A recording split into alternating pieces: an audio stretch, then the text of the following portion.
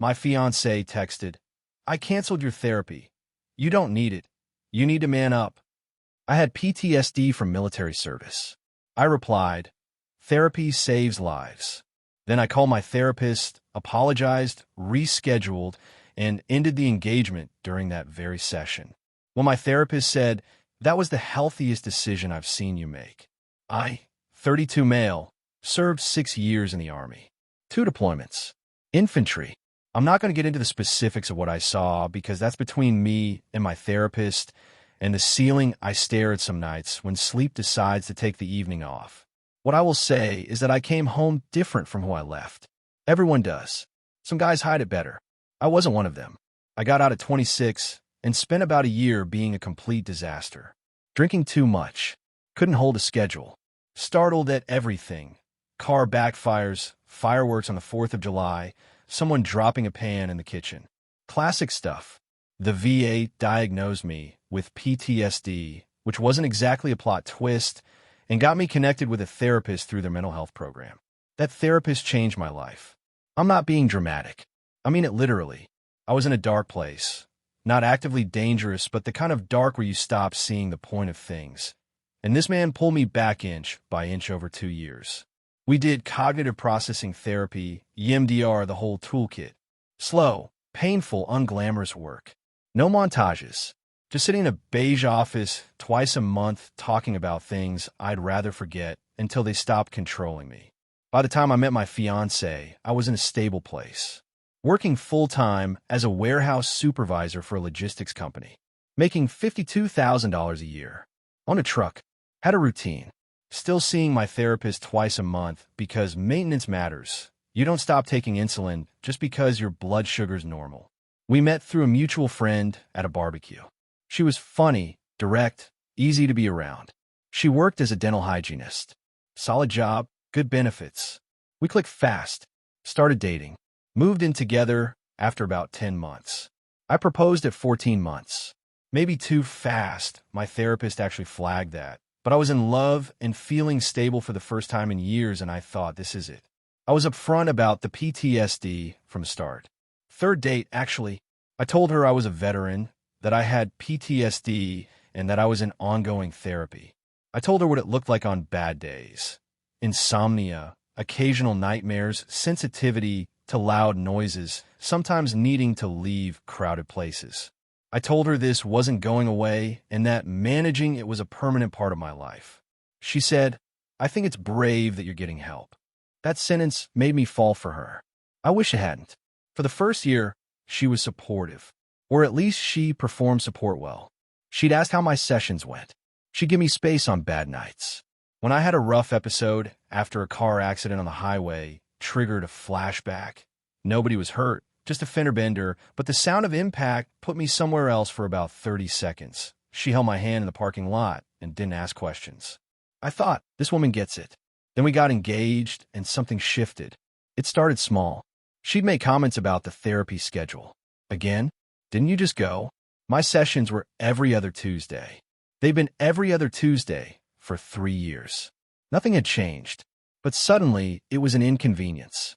It became about money. Each session through the VA was covered, but I paid a $15 copay. $30 a month. She said we should redirect that money toward wedding planning. $30 a month. Toward a wedding. I said no. Then the comments got more pointed. She started saying things like, "Other veterans move on. Why can't you?" And "My uncle served and he doesn't go to therapy." Cool. Her uncle did 2 years in the reserves and never deployed. Not exactly the same resume. About 3 months before the wedding, the mask came fully off. We were at her parents' house for Sunday dinner. Her dad asked me how I was doing. Genuine guy, I always liked him. I mentioned I'd had a good therapy session that week. Casual. No details. Just a positive comment. My fiancée, from across the table, said, "He's still doing the therapy thing. I keep telling him he doesn't need it anymore." The table went quiet. Her dad looked at her. Her mom looked at her plate. Her brother, who I actually got along with really well, stared at her like she'd grown a second head. Her dad said, "Therapy is important. Let the man take care of himself." She rolled her eyes at her own father defending mental health care for a combat veteran. I stared at my mashed potatoes and said nothing. I should have said something. I know that now. 2 weeks later, on a Tuesday morning, I was getting dressed for work. My therapy appointment was scheduled for 4:30 p.m. I'd arranged with my supervisor to leave 30 minutes early, same as I'd been doing for years. My phone buzzed. Text from my fiancée. Hey, so I called your therapist's office and canceled your appointment today. You don't need it. You need to man up. Let's use that time to go look at table settings for the reception. Love you.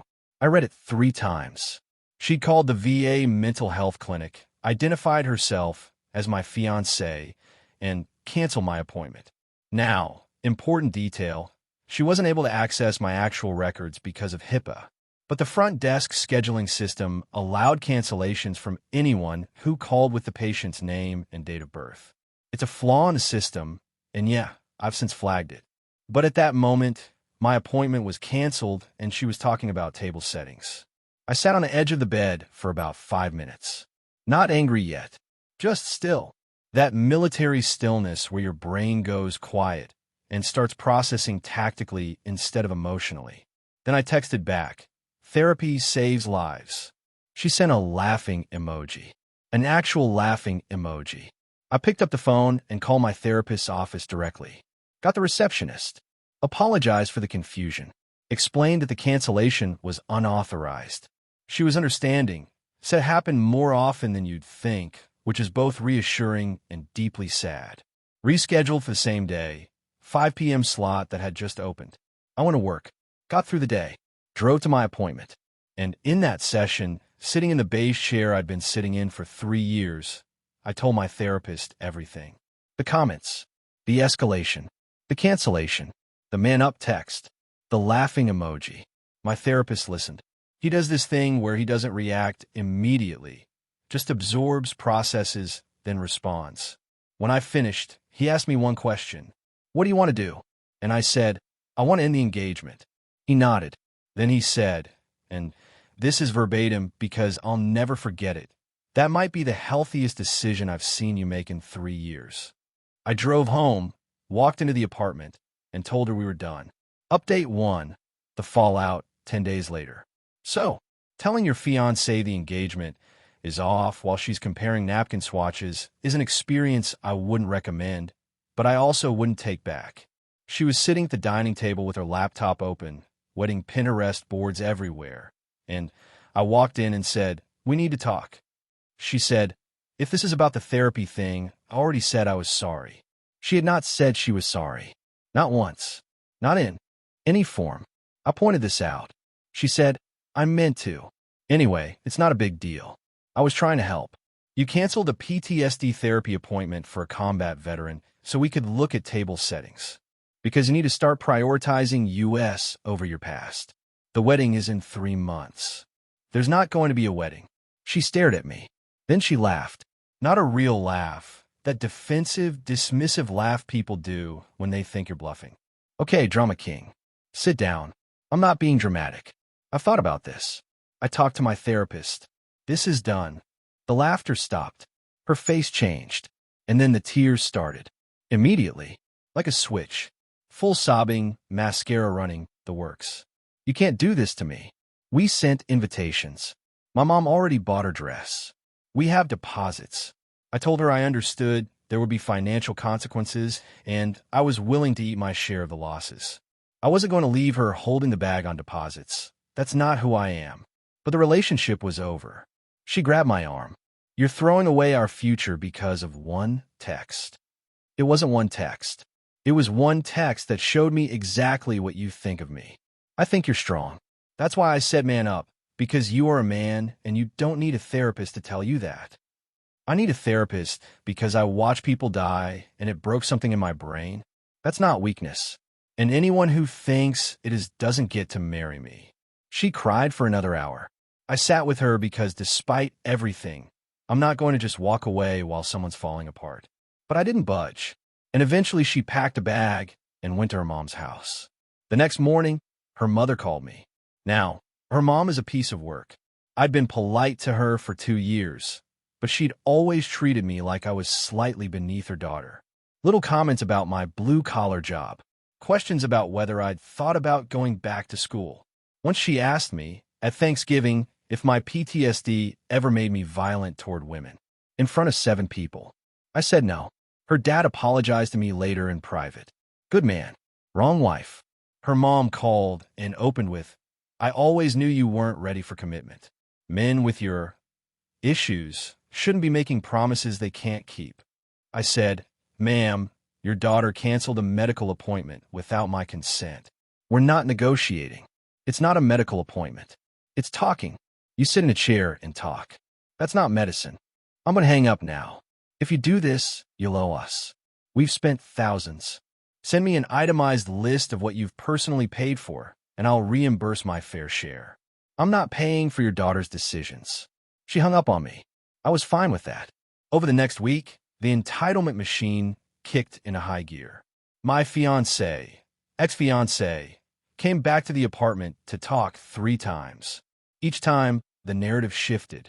First visit, she was sorry, still no actual apology for the specific thing she did. Second visit, I was overreacting and all couples have disagreements about boundaries. Third visit, she brought her best friend for backup. The best friend sat on my couch and actually said, you know she gave up a lot to be with you, right? She could have dated someone without all the baggage. I said, you're welcome to leave my apartment. She said, see, this is what she's talking about. The aggression. I asked you to leave my own home. That's not aggression. That's a boundary.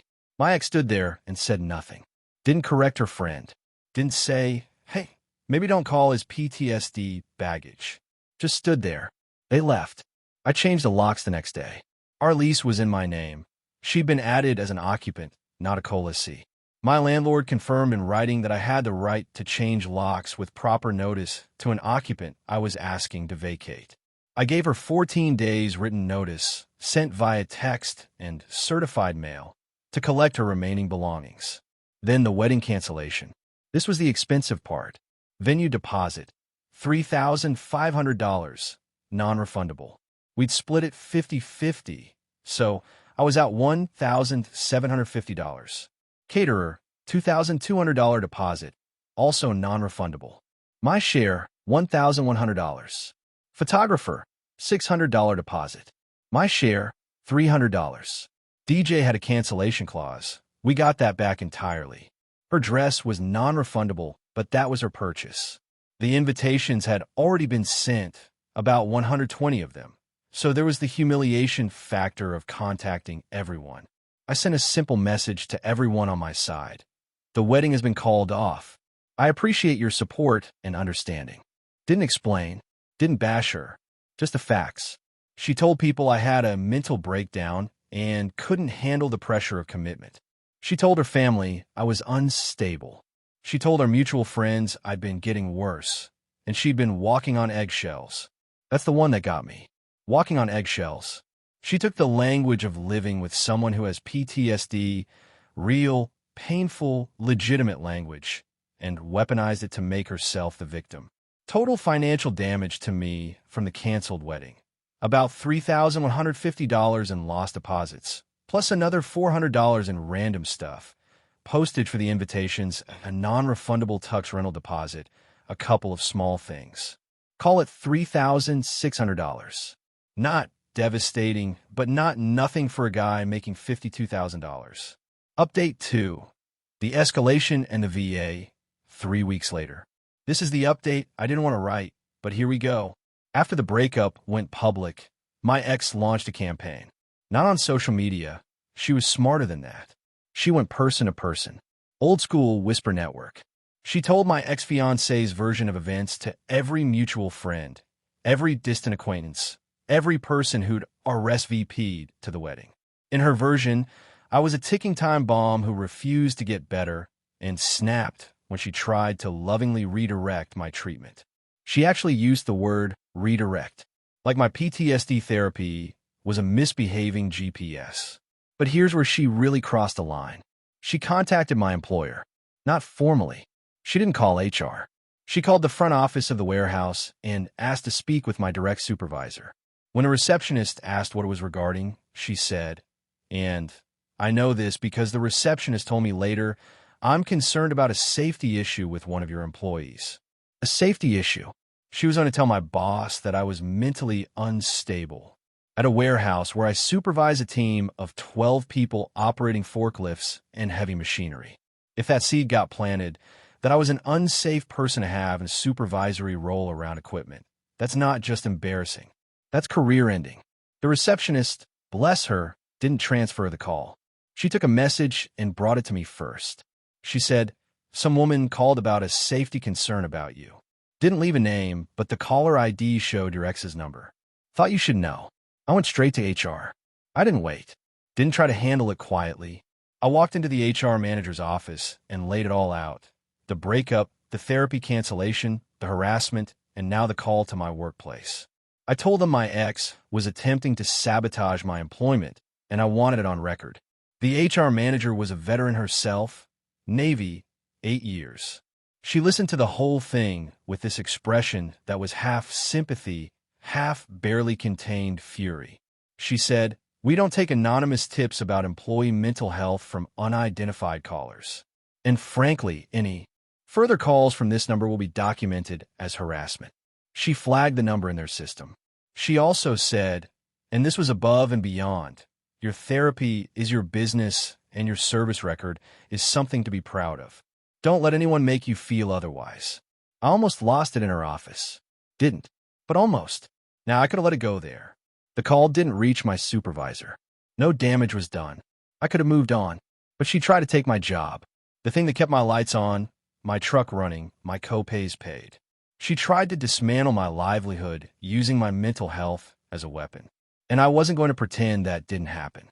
I called my therapist, not for an emergency session, for advice. I told him what happened. He said something I didn't expect.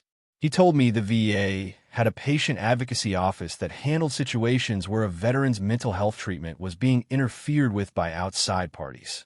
He said what she'd done, canceling my appointment, and now attempting to use my treatment status against me professionally, might fall under a pattern that the advocacy office would want to know about.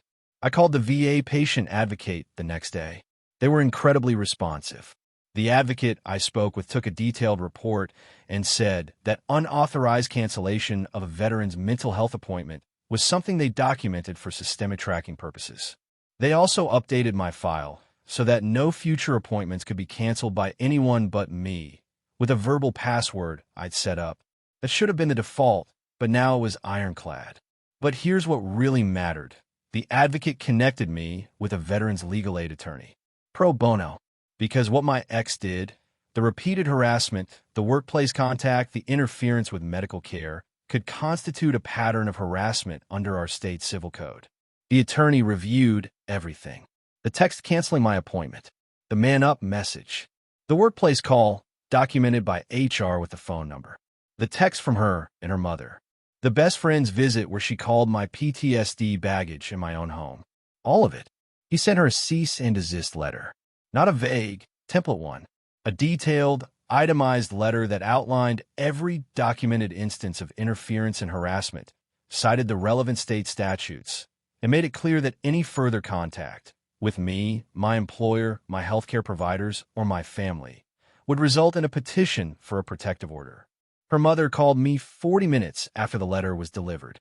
I know because she called from a number I didn't recognize. She'd gotten a new phone or borrowed someone's. I picked up without thinking. You're really going to threaten her with legal action? Over what? A canceled appointment? You people are so dramatic.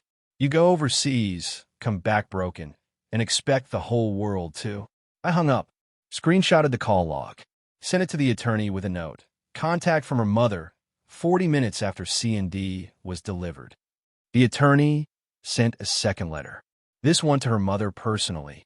Same terms, same statutes. Same warning.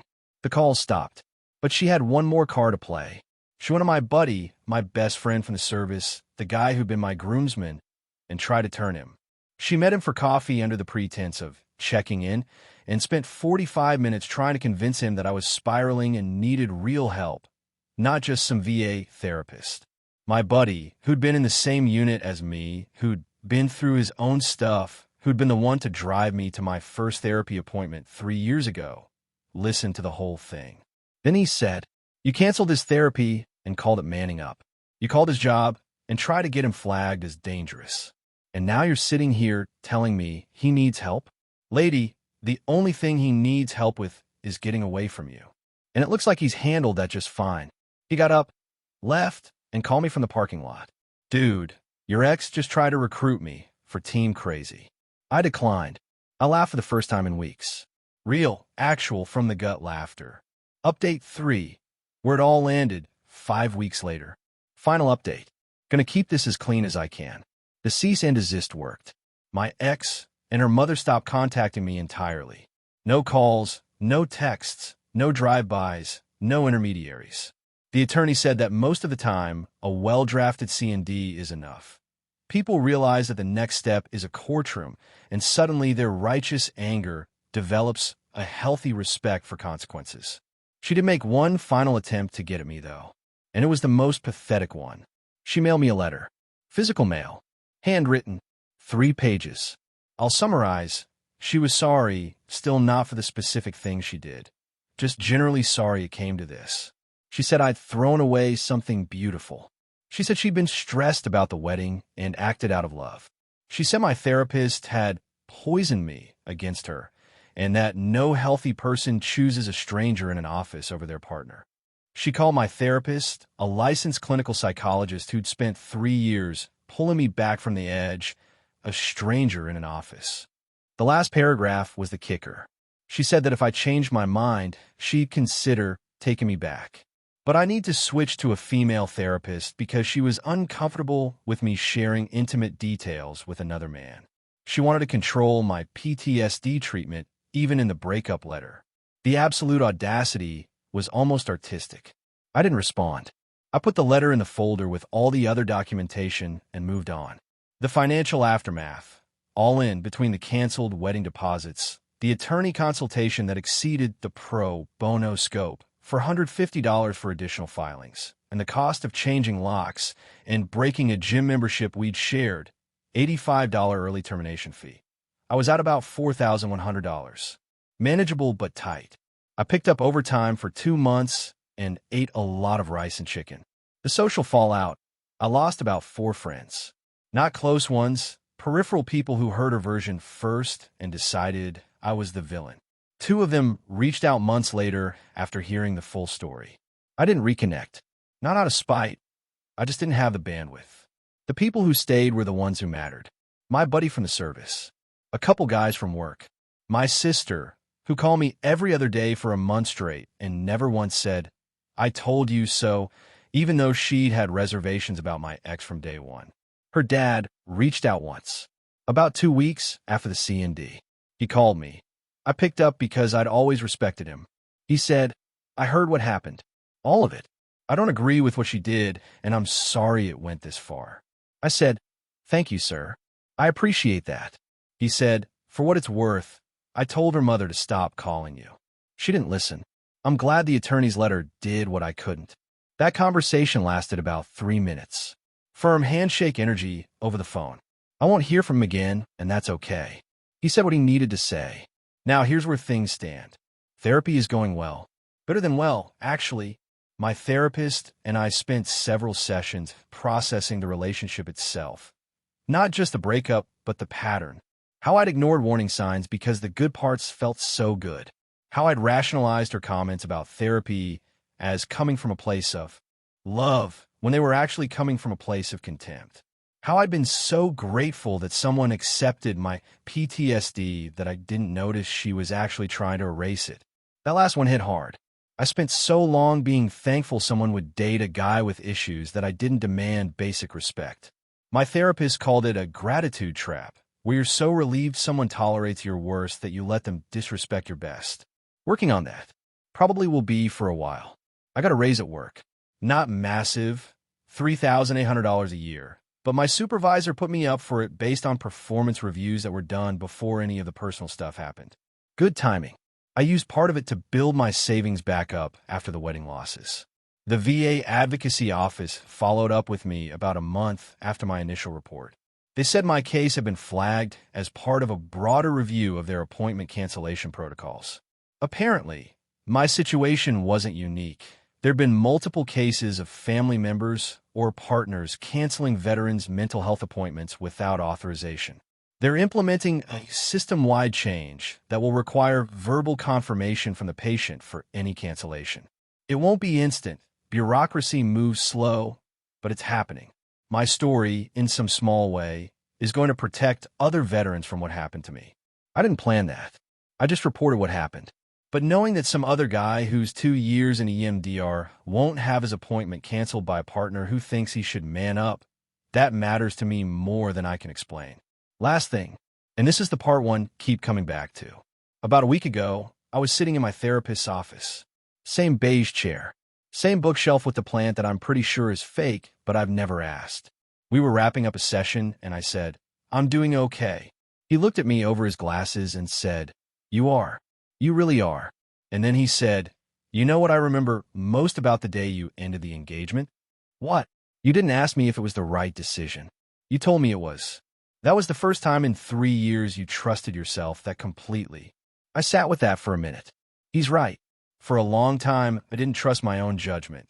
Not because of the PTSD, but because the PTSD made me doubt everything, including my ability to know what was good for me. And that day in that chair, I knew. Not because I was angry. Not because I wanted revenge. Because I'd finally learned to protect myself the same way I'd protect anyone else I cared about. That's the thing nobody tells you about therapy. It doesn't just teach you to cope. It teaches you that you're worth coping for. I'm single. I'm 32. I live alone in an apartment that's too quiet sometimes. I still have bad nights. I still flinch at loud sounds. I still can't watch certain movies. But every other Tuesday at 4:30 p.m., I sit in that beige chair and I do the work. And nobody is taking that from me again.